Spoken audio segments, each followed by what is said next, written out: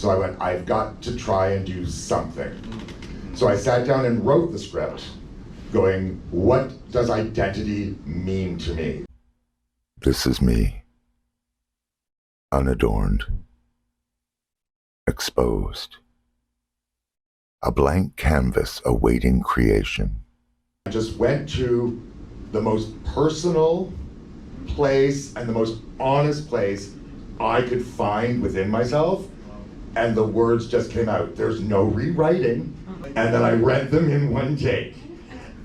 And I had decided that regardless of how it turned out, that was the honesty I needed to present. So if it was all flawed, that would have been my identity. Teaching us how to become what they believe we are meant to be, all without knowing who or what that is. When you go to those places, you're coming from a place of honesty. It is the support of this community and host of this community and everything that makes me feel safe enough to be that kind of vulnerable, because it still terrifies me. I was terrified of having submitted this. No one can ever tell you who you are meant to be. I thought, it doesn't matter whether you're putting on makeup or whether you're just a child going, am I this? And you go, well, I don't know. And there's been times in my life where, because I like makeup and I like to dress like this, I went, am I trans? I'm just a guy and these are my men's clothes and this is my men's makeup and that's who I am. Now that does not apply to everyone else I know. There are so many different reasons to be your own unique self that I realized that we all kind of go through that at various times going, what is it, who is it that I am? And then you find the components because people will always put the things on you. I don't get why I'm so different, and I thought, everybody's different.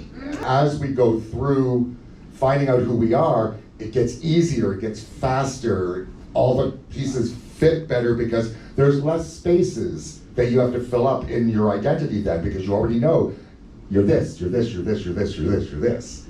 I don't know how to not be who I am, but I also know that my uniqueness is not different from everybody else's uniqueness. There you go. This is who I am. This just didn't feel special enough for Kino when I see what everybody does. Opposite. It's just, you know how we feel when we're doing things, right? And I see other people's stuff and I feel that way about their stuff and I always feel like I'm lacking. So proud.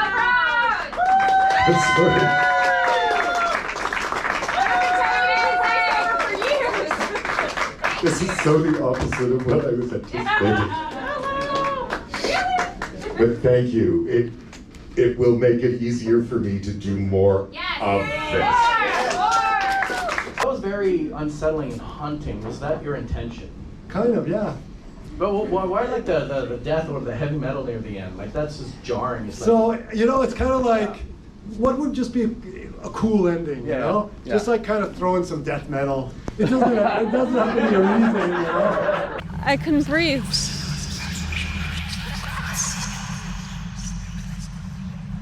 Sometimes you just shoot a film, you're there like, let's just do something cool. You know, and like, oh, it'd be cool to do this, it'd be cool to have this effect, it'd be cool to do that. And it's kind of like a music video. You don't need to really overthink it or explain it. You just say, oh, it'd be cool to put some death metal in. Why? Well, it doesn't matter, it's just cool. You know, or it's have bagpipes. Why? Well, it's just cool. And then you end up with like a soup. And then hopefully the soup was like an alphabet soup that you can read the words. So I noticed that you were filming this on the 8 or the 16, the 8. So we shot first on 16 millimeter, but the film broke inside the camera, and we had to like reshoot the next weekend. So thank you, Dahlia, for your patience for coming an extra weekend. I noticed it was like a slow shutter. Means a lot of them were like really like laggy and slow. The images, was that intentional? Yes. So with the camera, you can shoot single frame or 18 frames per second. So what I did is I took the single frames and really slowed it down. Like, you don't want to get hung up on, oh, it's 8, 16, it's digital, da da da. You just want to try to take some, whatever idea is in your head, and just put it up out on the screen. What was the idea behind like not respecting the traditional rule of thirds and just going like very centered? Because what happens with 8mm is you have a square, whereas with the digital you have a rectangle, and it's easier to follow the rules of third when you have a rectangle, but when you have a square, it's just more conducive to the eye to put the character in the middle. Right. There's something romantic about 8mm. Like we're all obsessed. We're like, let's make it as sharp as possible, as in focus as possible. It makes the whites perfect and the blacks perfect. With 8mm, you throw that all out the window. Well, I think it's Japanese, Buddhist, or something like that. There's a saying, I don't remember what it goes, but there's beauty in there's a beauty in imperfection. Yeah. Right? So like if it's too clean, too perfect, then it lacks like humanity, you know? And not just with film, with everything in life, you know? Something imperfect is beautiful. My theory is that she's been dead, but she doesn't know she's dead, and she's wanting to return. Yeah, and I'm there, that is so good. That is the theme now. I'm looking in my head, and I mean, hey, can I show you all my scripts before I film them, you know, and you can find extra meanings? But that's what's beautiful about, especially your films, is that there's a sort of abstract nature to them where everyone gets something different, and they're all right. I think that the heavy metal throat singing came in after the damn first one broke. You were so pissed off! Oh, that makes sense.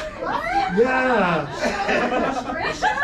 Yeah, Vince, forget your idea. Stephanie's is much better. That's exactly it. Who is she really? Was that kind of like what you were trying to get to? Is like that underlying. Yeah, this like, film doesn't belong to you anymore, apparently. We will tell you what it means. Yeah. Well, thank you, Natalie, for your feedback. I appreciate your comments. And I just want to kind of toss it to Adalia, because I thought she did like a really great job as the character progresses from a girl who's haunted by water to a girl who's conquering water. And you did a great job of letting the character grow.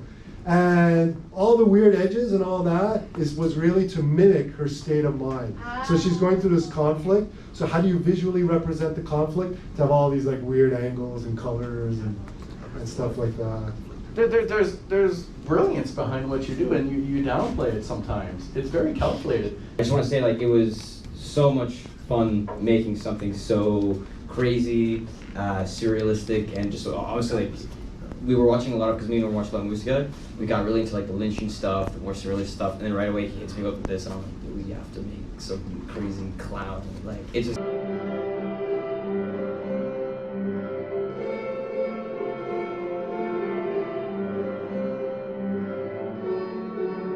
I noticed there was like some film scratches, like you put that over the film, the editing, to make it look like an old film. Yeah, so most of the editing was... The idea was to make it like as authentic as we could in the sense of like an original style of film. Oh yeah, let's see the conception of that. So that is because we couldn't find a sound person on time. So we basically just decided, screw it, black and white, silent film, 4x3, let's go. And then Tom decided we're gonna throw in some of the scratches. We'll do like a sepia tone thing for the flashback to try and sell that. But what I like about it is that the memories brought her back to him, while the same memories haunted him. Yeah, so the idea there was the exact same memories were, because he's losing her, they're not really happy. They're kind of a remembrance of something he's not going to have anymore. And for her, it was something that she didn't actually want to lose. So she ran back to him. That's basically what the flashbacks were. Is this like a personal story or something? No, actually. What happened? This is therapy. Come on, guys. What happened is about 2 years ago, Tom was restless and just texted me, and he was like, "Man, I got to make something, but I don't really got anything." And when he said that, for some reason, I had an image of a clown lady running in the snow.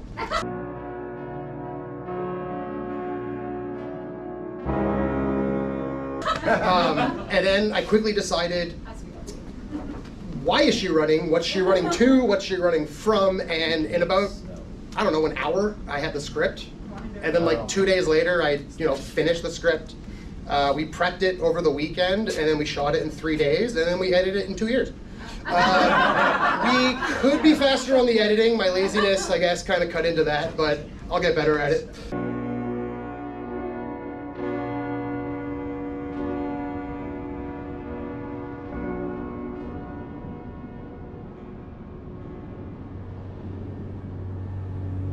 Here's the thing, guys.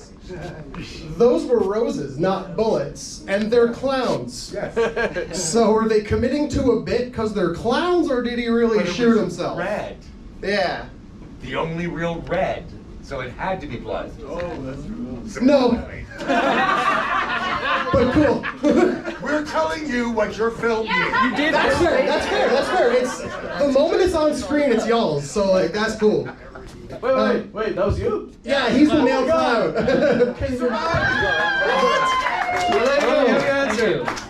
Glad you enjoyed it. I can't even recognize you without the makeup. Yeah, and the mustache. And the mustache. Yeah.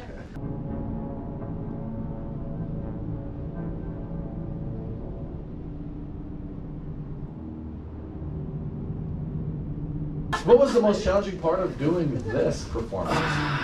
Yeah, it was Seeing each my. other after 9 years. I think so. Yeah, me and Norm had a huge laugh. Falling out? Yeah, Yeah. falling out. Sorry. Yeah, yeah. And he called me up. I was his third choice. We reconnected, and he said, "I got a piece for you.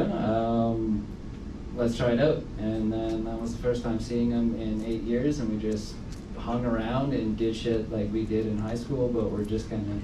So it's kind of I like, don't I know, haven't maybe- seen you in 8 years, but you want to make a movie? Yeah, that's like literally what it was. in the basement. I know we living ended room on a bad and note, but come make ideas. this movie about a clown. Yeah. No, I was just hanging out with my friend for 12 hours one day, and great. really hot summer's day. So wait, do you do acting on the side, Oh, or that's That was his first time. just having a good time? Just having a good time. That's And- great. And meeting Tom. So no, it was fun. But it was fun. Are you gonna do more? Yeah. Yeah, so what happened is the winter stuff was shot over 3 days, so 3 shoots, and then we shot, I wanted to have a flashback that took place in the summer, just to show that these clowns had been together for an extended time. Oh. So we just did that a quick, what was it, 3 hours at Britannia? Yeah, so it was just like a 1 day quick thing. I thought it was the opposite. I thought it was. No, it started in the winter, it started in the winter. Yeah. Yeah.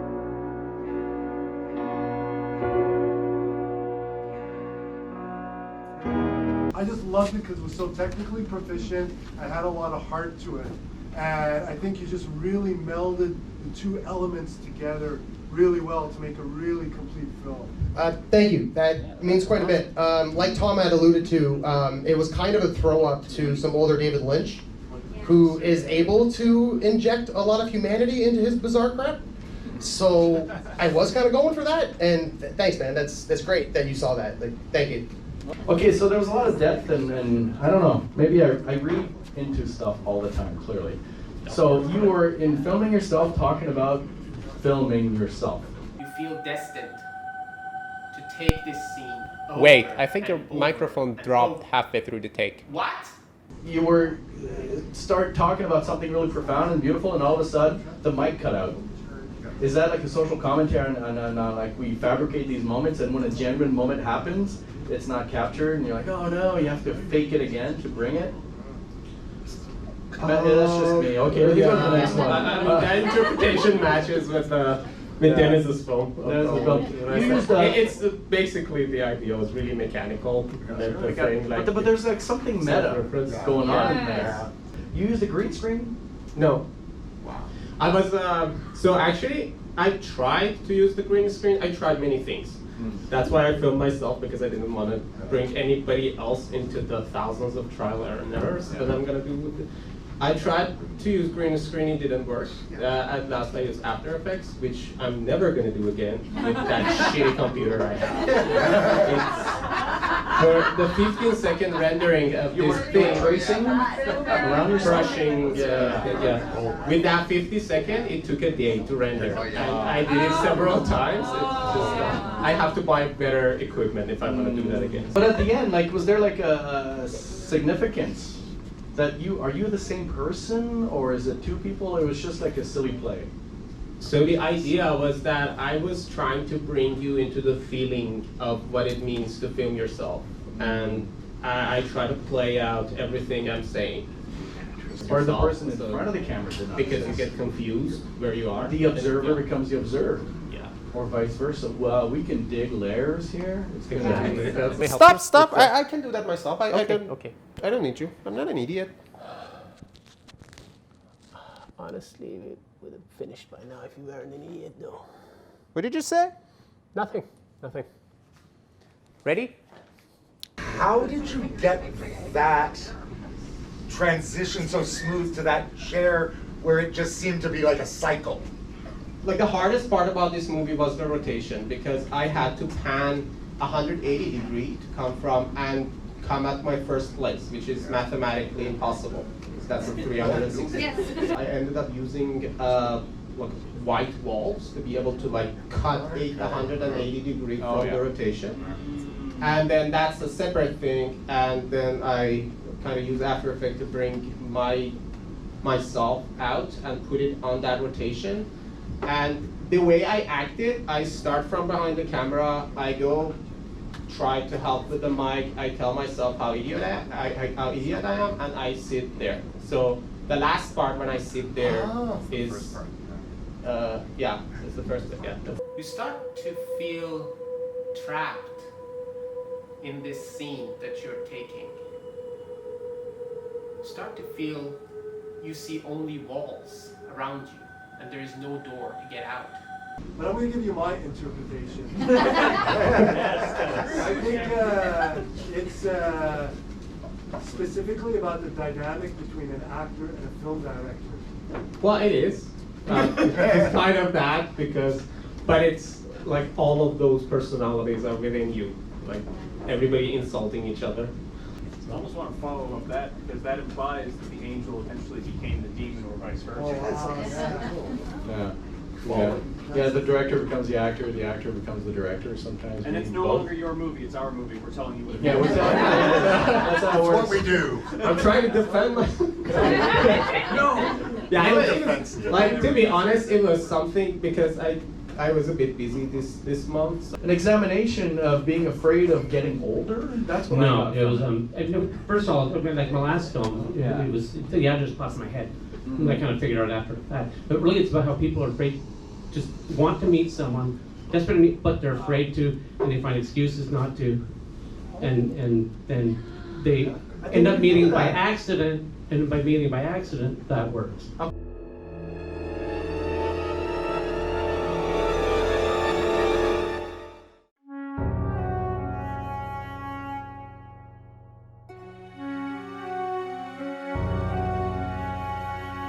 It's almost as though they were running away or running towards something. Well, that's the funny thing is, technically, is that's the actual block is like that. It's a triangular block.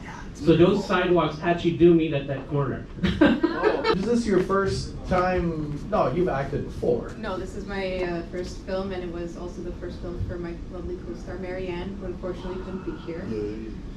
Wow, congrats. Look at the reception. Wow. So you hope now you're gonna want to be more? Oh yeah, absolutely. Oh, yeah. If anyone wants a free actor, I have key cards with my information on it. What was your favorite? My favorite part was the final shot that we had filmed when we were dancing. I thought that was really fun to do, as well as the looking directly into the camera lens. I really enjoyed that You part. enjoyed that. Yeah. What was, pretend not here. What was your least favorite part of making this film? Running in heels. Oh. I can't run in heels. Oh no. I actually made him redo a shot because I was so unhappy. I was like, I didn't like how that turned out. Can we redo that one? I'm glad it was a good experience for you. Initially, I thought it was a horror film. I believe that was the intent. And then what was cool about it was that the victim thought, like they were both acting as if they were the victim, and they were both being scared of each other. Yeah. I thought that was a really cool concept. And then when you took it to a film about connection and making it abstract, I thought that was an amazing progression of taking the audience's expectation, leading them one way, and then diverting them 90 degrees to something else. So congratulations on that. I thought There was a lot of that really tonight. effective. Yeah, there was a lot of that. That was intentional, clearly. Yeah, that was intentional. The idea originally popped in my head was okay, these people see each other in the street, they're afraid, so they run away. Then they meet her and they You start get the dancing. soundtrack. And they start dancing. And it started, the concept was kind of like, even the actresses were saying, well, why do they start dancing? It doesn't matter. It's not a, It doesn't matter. Butterfly. Exactly.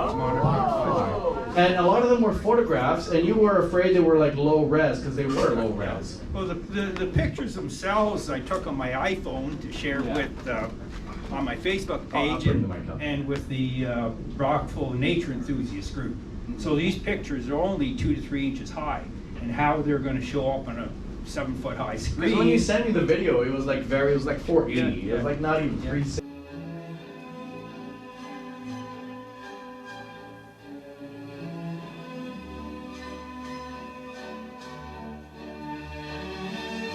This is my first film.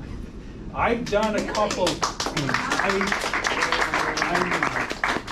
Well, I should open up this iMovie and see how this works. And what do I have a lot of pictures of, because I've been rating butterflies for many years. I just have a lot of pictures of butterflies. Wow. So this is a hobby of yours? Yeah.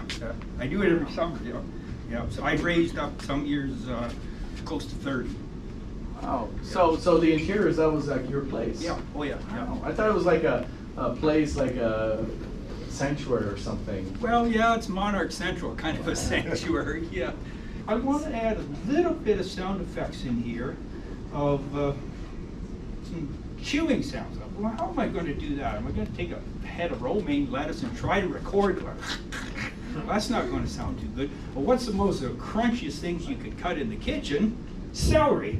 It was a lot of fun. I learned a lot of stuff. What you can do. Well, I'm excited to see the next film. If you And get me inspired. I was quite pleased with actually the way it came out. I like to keep things very simple, stripped down, white text on black background, sound all by itself. The pictures where it's just you captivated without any kind of outside influence, and kind of sit there in awe and wonder, like, what is it that I'm looking at? I want to create emotion or whatever. I want really to leave you alone with only that stripped down bare. Like you're telling people to pay attention. Yeah, exactly. Absolutely. I'm really wrung out trying to get these guys back hang up, because they only have about 4 minutes. When they come out, you can see the gigantic abdomen pop out, and it's full of fluid, and they have to hang upside down because fluid gets pushed out into the wings, and coupled with gravity, then the wings have to fill out. Because if the wings don't fill out, the butterfly doesn't fly. And once the wings are filled up, then they probably over half an hour or so, then the fluid hardens up into basically a skeleton.